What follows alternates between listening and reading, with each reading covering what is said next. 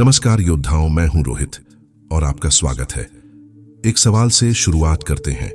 क्या सच में यह दुनिया इतनी कठोर है कि ईमानदारी को कमजोरी समझा जाने लगा है?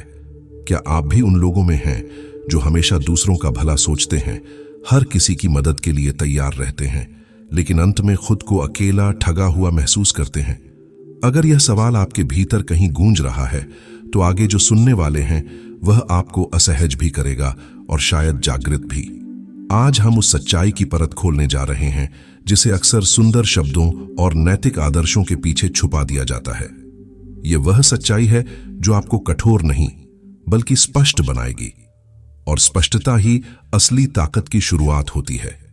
यहां बात हो रही है निकोलो मैकियावेली की, एक ऐसा नाम जिसे कुछ लोग खलनायक मानते हैं, कुछ उससे घृणा करते हैं और कुछ उसे असाधारण समझते हैं। लेकिन अगर उसकी बातों को ध्यान से देखा जाए तो वह कोई दानव नहीं था, बल्कि एक दर्पण था। ऐसा दर्पण जो इंसानी स्वभाव के उन पहलुओं को दिखाता है जिन्हें हम अक्सर स्वीकार करने से बचते हैं। उसने यह नहीं कहा कि अच्छाई बेकार है, उसने यह कहा कि बिना ताकत के अच्छाई असुरक्षित है, और यही अंतर है आदर्श और वास्तविकता के बीच। अब आते हैं उस मूल पर जिस पर यह पूरा विचार टिका है, इंसानी फितरत। बचपन से हमें सिखाया जाता है कि इंसान मूल रूप से दयालु होता है, प्रेम से भरा होता है। लेकिन जब आप अपने अनुभवों की तरफ देखते हैं तो क्या हमेशा ऐसा ही लगता है?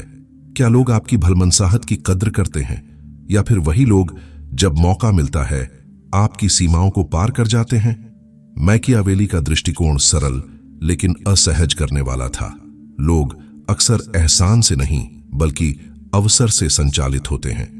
वे आपके इरादों की पवित्रता नहीं देखते, बल्कि यह देखते हैं कि आप उनके लिए कितने उपयोगी हैं। इसका अर्थ यह नहीं कि दुनिया में अच्छाई खत्म हो चुकी है, बल्कि यह कि अच्छाई को भी अपने अस्तित्व के लिए संरचना और सीमाओं की जरूरत होती है। प्रकृति को देखें, शेर को कोई पसंद नहीं करता, लेकिन सभी उसका सम्मान करते हैं क्योंकि वह सक्षम है। वहीं हिरण को सब मासूम समझते हैं, लेकिन उसकी मासूमियत उसे बचा नहीं पाती। यह क्रूर लग सकता है, लेकिन यही संतुलन का एक रूप है। मानव समाज भी इससे पूरी तरह अलग नहीं है।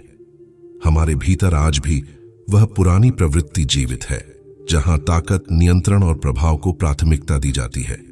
आपने देखा होगा, जहां कोई व्यक्ति अपने लिए खड़ा होता है, अपनी सीमाएं तय करता है, उसकी बात को गंभीरता से लिया जाता है। वहीं जो हर समय दूसरों को खुश करने में लगा रहता है, वह अक्सर नजरअंदाज कर दिया जाता है। मैकियावेली ने एक और महत्वपूर्ण बात कही थी, इंसान अधिकतर डर से नियंत्रित होता है, प्रेम से नहीं। इसका यह मतलब नहीं कि प्रेम की कोई कीमत नहीं है, बल्कि यह कि प्रेम तब तक टिकता है जब तक उसके पीछे एक ठोस आधार, ताकत और आत्मसम्मान मौजूद हो। यहीं से समझ शुरू होती है कि केवल अच्छा होना काफी नहीं है। खुद को सुरक्षित और सम्मानित रखने के लिए भीतर एक ऐसी दृढ़ता भी जरूरी है जो जरूरत पड़ने पर स्पष्ट सीमाएं खींच सके। जिस क्षण आपका डर खत्म होता है, उसी क्षण बहुत सा वह प्रेम भी धुंध की तरह उड़ जाता है जो दरअसल डर पर टिका था। इसे स्वीकार करना आसान नहीं है, क्योंकि हमें बचपन से सिखाया गया है कि हर किसी के लिए अच्छा बनो, प्रेम से जियो। लेकिन जब जीवन की कठोरता से सामना होता है, जब कोई भरोसे के पीछे छिपकर वार करता है, तब धीरे धीरे समझ आता है कुछ लोग गलत नहीं थे, वे बस भ्रम से मुक्त थे। और यही स्पष्टता, चाहे कड़वी क्यों न हो, भीतर एक नई शक्ति जगाती है। अब सवाल उठता है, अच्छे लोग ही क्यों बार बार इस्तेमाल हो जाते हैं? इसका उत्तर सीधा है लेकिन असहज, सीमाओं की कमी। जो लोग अत्यधिक अच्छे होते हैं वे अक्सर ना कहना नहीं सीख पाते। उनके भीतर एक गहरी इच्छा होती है कि सभी उन्हें पसंद करें, सभी उनसे खुश रहें। वे अपनी उदारता को प्रेम पाने का माध्यम बना लेते हैं, लेकिन यही जगह है जहां उनका संतुलन टूटने लगता है। रॉबर्ट ग्रीन ने अपनी पुस्तक द 48 लॉज ऑफ पावर में एक कठोर बात कही, जो चीज आप बिना मूल्य के देते हैं उसकी कीमत धीरे धीरे खत्म हो जाती है। जब आप अपनी ऊर्जा, अपना समय, अपनी भलमनसाहत बिना किसी सीमा के बांटते हैं तो लोग उसे स्वाभाविक मान लेते हैं, और जो स्वाभाविक हो जाता है उसका सम्मान नहीं रह जाता। अच्छे लोग अक्सर यह मान लेते हैं कि दयालुता से प्रेम मिलेगा, लेकिन वास्तविकता में बिना सीमाओं की दयालुता कई बार कमजोरी का संकेत बन जाती है। लोग समझ जाते हैं कि आप विरोध नहीं करेंगे, अपनी शर्तें नहीं रखेंगे, और यहीं से शोषण की शुरुआत होती है। जरा अपने अनुभवों को देखिए। जब आप लगातार दूसरों के लिए उपलब्ध रहते हैं, उनकी जिम्मेदारियां भी अपने ऊपर ले लेते हैं, तो बदले में अक्सर क्या मिलता है? और काम, कम सम्मान। और जब आपको किसी की जरूरत होती है तो वही लोग कहीं दिखाई नहीं देते। ये इसलिए नहीं कि दुनिया पूरी तरह बुरी है, बल्कि इसलिए कि आपने अपनी अच्छाई को बिना मूल्य के दे दिया। कृष्णा का एक गहरा संदेश है, करुणा का अर्थ स्वयं को खो देना नहीं है। दया तब तक सार्थक है जब तक वह विवेक के साथ जुड़ी हो। जब आप उन लोगों पर अपनी ऊर्जा खर्च करते हैं जो उसकी कद्र नहीं करते, तब आप दूसरों के नहीं, अपने ही विरुद्ध खड़े हो जाते हैं। अक्सर अच्छे लोग दूसरों की भावनाओं को अपनी भावनाओं से ऊपर रख देते हैं। वे टकराव से बचते हैं, हर किसी को खुश रखना चाहते हैं। लेकिन एक सच्चाई यहां भी छुपी है। अगर आप हर किसी को खुश करने की कोशिश करेंगे तो आप धीरे धीरे अपनी पहचान खो देंगे।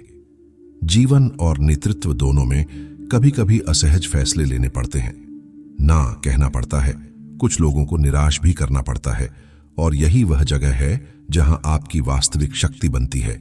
याद रखिए, आपकी अच्छाई कोई साधारण चीज नहीं है। यह एक संसाधन है, एक शक्ति है।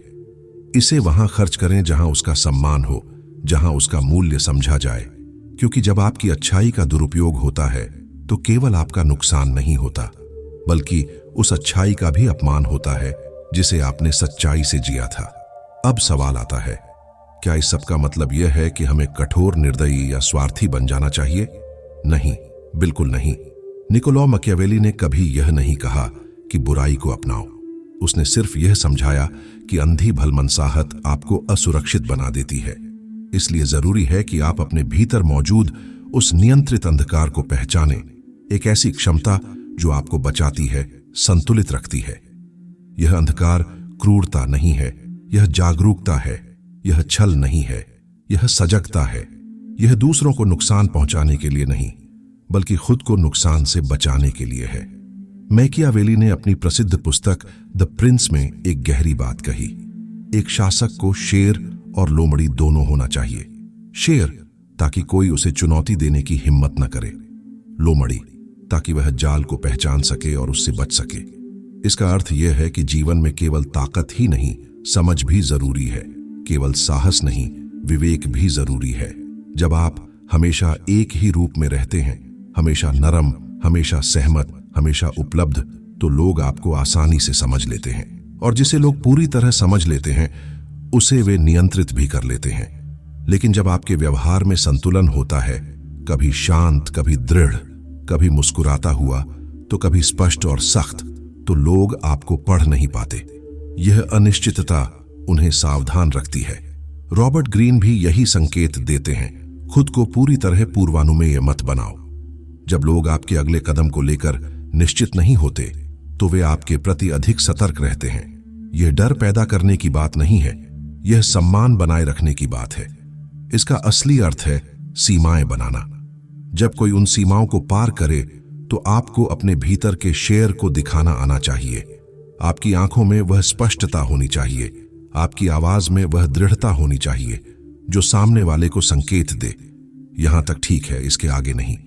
और जब लोग यह समझ जाते हैं कि आप केवल सरल नहीं बल्कि सक्षम भी हैं, केवल दयालु नहीं बल्कि दृढ़ भी हैं, तब उनका व्यवहार अपने आप बदलने लगता है। यह आक्रमण नहीं है, यह आत्मरक्षा है। यह अहंकार नहीं है, यह आत्मसम्मान है। दुनिया हमेशा इतनी सरल नहीं होती कि केवल अच्छाई से ही संतुलन बना रहे। कभी कभी आपको अपनी तलवार दिखानी पड़ती है, उसे चलाने के लिए नहीं, बल्कि यह याद दिलाने के लिए कि आप असहाय नहीं हैं। अब आते हैं एक और गहरे सिद्धांत पर। धारणा वास्तविकता से अधिक शक्तिशाली होती है। मैकियावेली ने यह बात बहुत पहले समझ ली थी। लोग आपको वैसे नहीं देखते जैसे आप वास्तव में हैं, वे आपको वैसे देखते हैं जैसे आप खुद को प्रस्तुत करते हैं। इसका मतलब यह नहीं कि आपको झूठा बनना है, इसका मतलब यह है कि आपको यह समझना है कि दुनिया आपकी छवि के आधार पर प्रतिक्रिया करती है। अगर आप खुद को कमजोर, हमेशा उपलब्ध और बिना सीमाओं के दिखाते हैं तो लोग उसी अनुसार व्यवहार करेंगे। लेकिन अगर आपकी उपस्थिति में स्पष्टता, संतुलन और आत्मविश्वास झलकता है तो बिना कुछ कहे ही आपका प्रभाव बदल जाता है। यही खेल बदलता है। आप जो हैं वह महत्वपूर्ण है, लेकिन आप खुद को कैसे प्रस्तुत करते हैं वह कई बार उससे भी ज्यादा प्रभावशाली होता है। आज की दुनिया को ध्यान से देखिए, खासतौर पर इंस्टाग्राम, यूट्यूब और फेसबुक जैसे प्लेटफॉर्म्स पर। यहां एक अजीब सा खेल चलता है, दिखावे का खेल। लोग अपनी जिंदगी के सबसे चमकदार पल दिखाते हैं, परफेक्ट तस्वीरें, मुस्कुराते चेहरे, शानदार लाइफस्टाइल। लेकिन जो नहीं दिखता वह है उनकी बेचैनी, उनकी उलझने, उनका संघर्ष। और हम उस अधूरी तस्वीर को देखकर एक पूरी कहानी बना लेते हैं। इनकी जिंदगी कितनी परफेक्ट है। क्या वह सच है? हमेशा नहीं, लेकिन वह धारणा बन जाती है और वही धारणा असर करती है। राजनीति में भी यही खेल चलता है। नेता खुद को जनता का रक्षक दिखाते हैं, भले ही उनके फैसले कितने ही कठोर क्यों न हों। लोग अक्सर तथ्यों से ज्यादा उस छवि पर विश्वास करते हैं जो बार बार उनके सामने रखी जाती है। निकोलो मैकियावेली ने इसी पैटर्न को बहुत पहले पहचान लिया था। दुनिया केवल सत्य से नहीं चलती, वह प्रभाव से चलती है। लोग हमेशा सच्चाई नहीं सुनना चाहते, वे वही सुनना चाहते हैं जो उन्हें अच्छा लगे, जो उन्हें प्रभावित करे। ये कठोर है लेकिन यथार्थ के करीब है।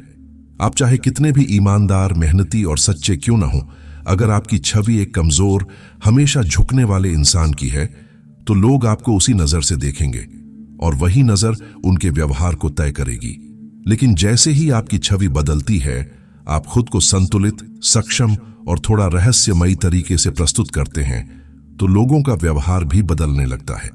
वे अधिक सावधान होते हैं, अधिक सम्मान देते हैं। यह छल नहीं है, यह समझ है, यह रणनीति है।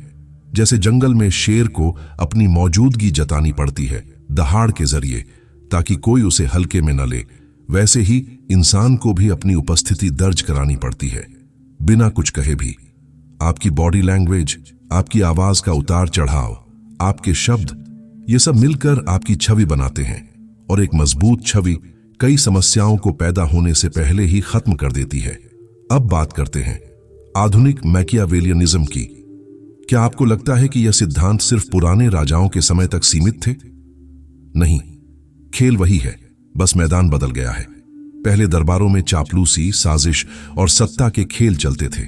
आज वही चीजें ऑफिस में दिखती हैं, जहां लोग बॉस को प्रभावित करने के लिए अलग अलग तरीके अपनाते हैं। सहकर्मी एक दूसरे से आगे निकलने के लिए चाल चलते हैं। यह भी एक तरह का आधुनिक शक्ति खेल है। सोशल मीडिया पर देखें, लोग ध्यान खींचने के लिए क्या क्या नहीं करते। आकर्षक थंबनेल, उत्तेजक शीर्षक, विवाद, सब कुछ इसीलिए कि एक धारणा बने, मैं खास हूं, मैं अलग हूं। डेटिंग की दुनिया में भी यही पैटर्न दिखता है। लोग खुद का सबसे परफेक्ट संस्करण पेश करते हैं, अपनी कमियों को छुपाकर, अपनी खूबियों को बढ़ा चढ़ाकर, क्योंकि उन्हें पता है पहली छवि ही आगे का रास्ता तय करती है। और सामाजिक स्टेटस, महंगी गाड़ियां, ब्रांडेड कपड़े, आलीशान घर, ये सिर्फ चीजें नहीं हैं, ये संकेत हैं। संकेत इस बात के कि मैं किस स्तर का हूं। अगर निकोलो मैकियावेली आज होता तो शायद वह यही कहता, इंसान नहीं बदला, बस उसकी लड़ाइयां बदल गई हैं। पहले तलवारें थीं, आज शब्द हैं। पहले दरबार थे, आज डिजिटल प्लेटफॉर्म्स हैं। पहले साजिशें पर्दे के पीछे होती थीं, आज खुलेआम स्क्रीन पर होती हैं। और इस पूरे खेल में वही टिकता है जो इसे समझता है, जो खुद को खोए बिना इस सिस्टम के नियमों को पहचानता है। यह समझ लेना बेहद जरूरी है कि यह खेल हर जगह चल रहा है। अगर आप इसके नियम नहीं समझते तो आप अनजाने में उसी खेल के मोहरे बन जाते हैं। ऐसे मोहरे जिन्हें दूसरे लोग अपनी सुविधा के अनुसार इस्तेमाल करते हैं। इसलिए असली समझ यही है कि इंसान कैसे सोचता है, कैसे प्रभाव डालता है और कैसे अपने फायदे के लिए परिस्थितियों को मोड़ता है। यह सिर्फ बुराई नहीं है, यह वास्तविकता है। और वास्तविकता को देख पाना ही बुद्धिमत्ता की पहली सीढ़ी है। सन त्सू ने द आर्ट ऑफ वॉर में कहा था, अगर आप खुद को और अपने विरोधी को समझ लेते हैं तो किसी भी संघर्ष का परिणाम आपको भयभीत नहीं करेगा। और यहां विरोधी केवल व्यक्ति नहीं है, वे परिस्थितियां भी हैं जो आपको कमजोर बनाती हैं, जो आपको पीछे धकेलती हैं। आज के समय में निकोलो मैकियावेली के विचार सत्ता के लिए नहीं बल्कि आत्मरक्षा के लिए अधिक महत्वपूर्ण हो जाते हैं। यह ज्ञान आपको दूसरों पर हावी होने के लिए नहीं बल्कि खुद को उनके प्रभाव से बचाने के लिए तैयार करता है, ताकि आपकी भलमनसाहत, आपकी सच्चाई किसी के लिए आसान शिकार न बन जाए। पार्ट 6, अपनी आत्मा खोए बिना इस ज्ञान का उपयोग कैसे करें। तो क्या इसका मतलब है कि आपको अपनी अच्छाई छोड़ देनी चाहिए? नहीं, बिल्कुल नहीं। यह ज्ञान आपकी आत्मा को बेचने के लिए नहीं है बल्कि उसे सुरक्षित रखने के लिए है। असली समझ संतुलन में है। अच्छे बनो लेकिन भोले मत बनो। आपको समझदार बनना है, निर्दयी नहीं। रणनीतिक बनना है, धोखेबाज नहीं। ताकतवर बनना है, अत्याचारी नहीं। ओशो ने कहा था, जीवन को उसकी पूर्णता में देखो।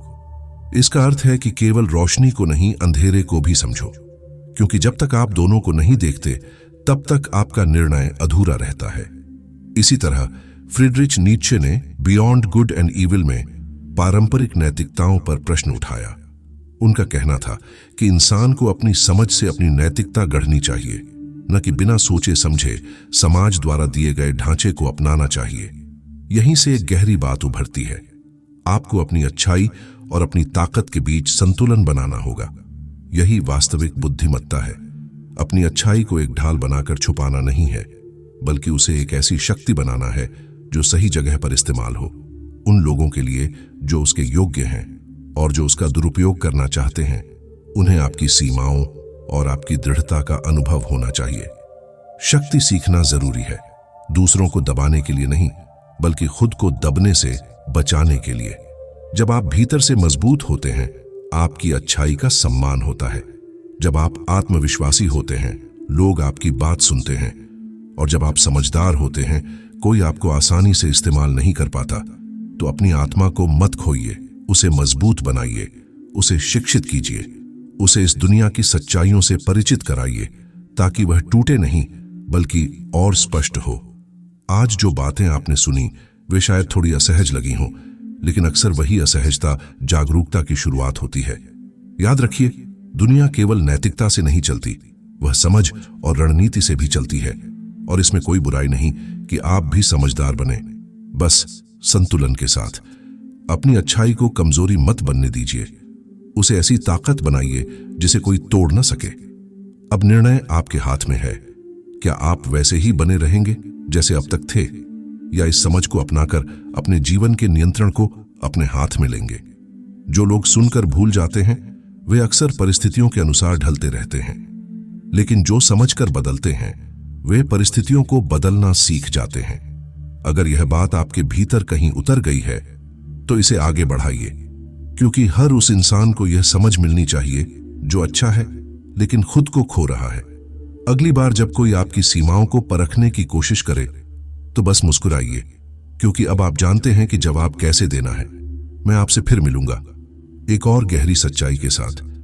तब तक जागरूक रहिए, मजबूत रहिए और अपनी अच्छाई को ताकत से जोड़कर रखिए।